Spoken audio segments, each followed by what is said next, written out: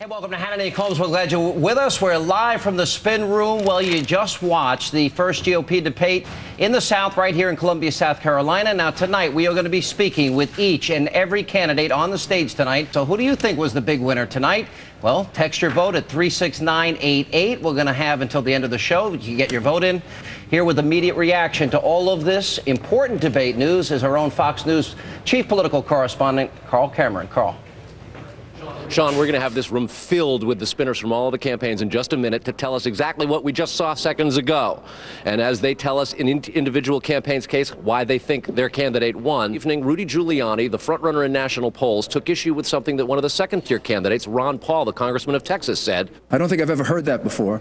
And I've heard some pretty absurd explanations for September 11th. I would ask the congressman to withdraw that comment and tell us that he didn't really mean that. Rudy Giuliani had to just love it. Sean Allen. Presidential candidate and former New York City Mayor Rudy Giuliani will be joining us now. We'll also be checking in with all the other candidates. Governor Mitt Romney will be here, and Senator McCain, and all the candidates you saw on stage here. Mr. Mayor, I know you're just getting set up here. We just replayed the line that you gave to Ron Paul and his statement. You were indignant, and you made it was sincere, and it came from the heart. And I was going to say. This is America's fault. The way America is. And I don't know. I don't exactly know what he said after he said that, but Mayor Giuliani's intercession there was appropriate and, frankly, very, very excellent. I really appreciate it because we should never believe that we brought. Michael, what came out of this? Was there a winner or loser? Did we change the tiers of candidates here? I think the tiers pretty much stay in place. I think that certainly Governor Huckabee, I thought, kind of rose up tonight a little bit more. I think Mitt took a couple of shots along the way. I think Ron Paul, basically, for me, it's done. Is there not room in the party, though, with someone who's got a different point of view on Iraq, who's totally anti-war, who truly believes our actions may have contributed? Fine. I mean, I think that's perfectly fine, but we have to understand. Yeah, Rudy Giuliani should send him a contribution, I've got to tell you, for this campaign. Yeah. That was one of the best moments. One of the best moments in the campaign. I want to stick with that. And welcome back live to Hannity Combs. We're live from the spin room tonight at the South Carolina GOP debate at 36988. By the way, here's a look at the early results of our text message poll. In first place, Ron Paul. Ron Paul. Ron Paul. Ron Paul. Ron Paul.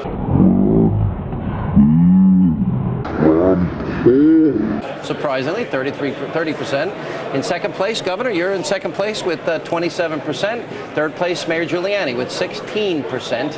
And so we'll be watching and monitoring those numbers for you all night. Carl Cameron with the very latest. Carl. Hi there, Sean. Well, Ron Paul coming in with the win on the text message election. At least in the early returns, is almost in line with the attraction that he's caused for the press. It seems that by getting slapped by Rudy Giuliani for his assertion that the U.S. effectively asked for the 9/11 attacks, for bombing Iraq when it was under sanctions, he's going to get a lot of ink. So Ron Paul, quite by the actions of Rudy Giuliani's attack, may be doing quite well. And as for the text messaging, maybe he's a little bit better organized and having his organizers do the necessary dialing for all of that. Mitt Romney coming in a strong second above Rudy Giuliani, and John McCain not yet placing in the early return, suggests that folks have begun to sort of get a grasp for the top tier, with the exception of Ron Paul. I did not. But let me tell you something. I want to say to my barber back home. Keep texting your votes. Who do you think was the winner of tonight's debate? Just text your vote to 36988 as we continue from the spin room right here on Hannity and Combs. Here's another look at the early results of our texting, our message poll. In first place, Ron Paul, 30%. In second place, Mitt Romney, 28%. Third place, Rudy Giuliani with 16%. And now we're joined by presidential candidate Colorado Congressman Tom Tancredo. You think you should have been a little higher there in those? I was just going to say, and then I thought you were going to say, and in fourth place at least, but no, now here I am. Hey, listen, in my view, Congressman Ron Paul did not win that debate by any stretch. I'm not surprised to hear Sean Hannity say that. But let me ask you about that. You said this. You said it in this debate. You've said it before.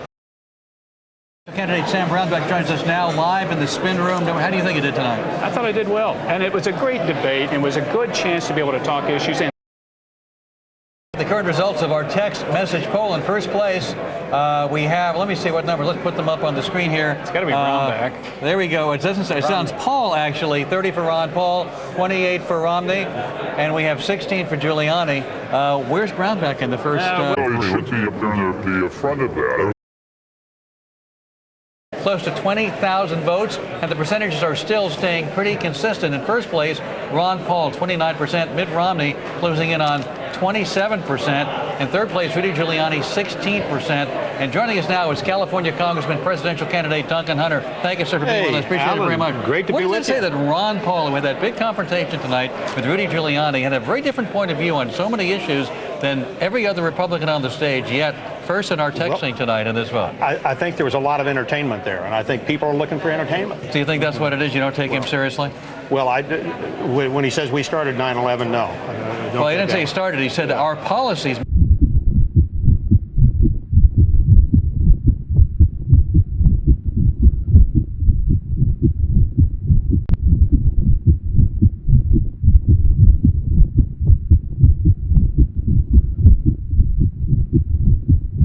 Paul, 26%. In third place, Rudy Giuliani with 18%.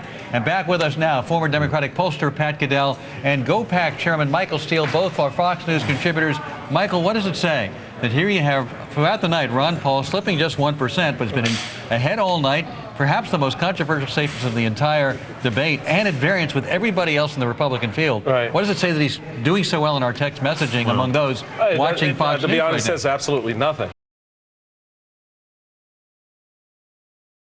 It says that he's got a lot of folks out there who's going to text message for him. I think tonight, in my view, there was clear separation between those who should be in this campaign and those who shouldn't. And I thought that... Based on what? Well, based on their responses to the answers. I thought, to the questions, their responses to where they're going to move, like to move. In my view, I think Paul, in my view, hurt himself tonight a little bit.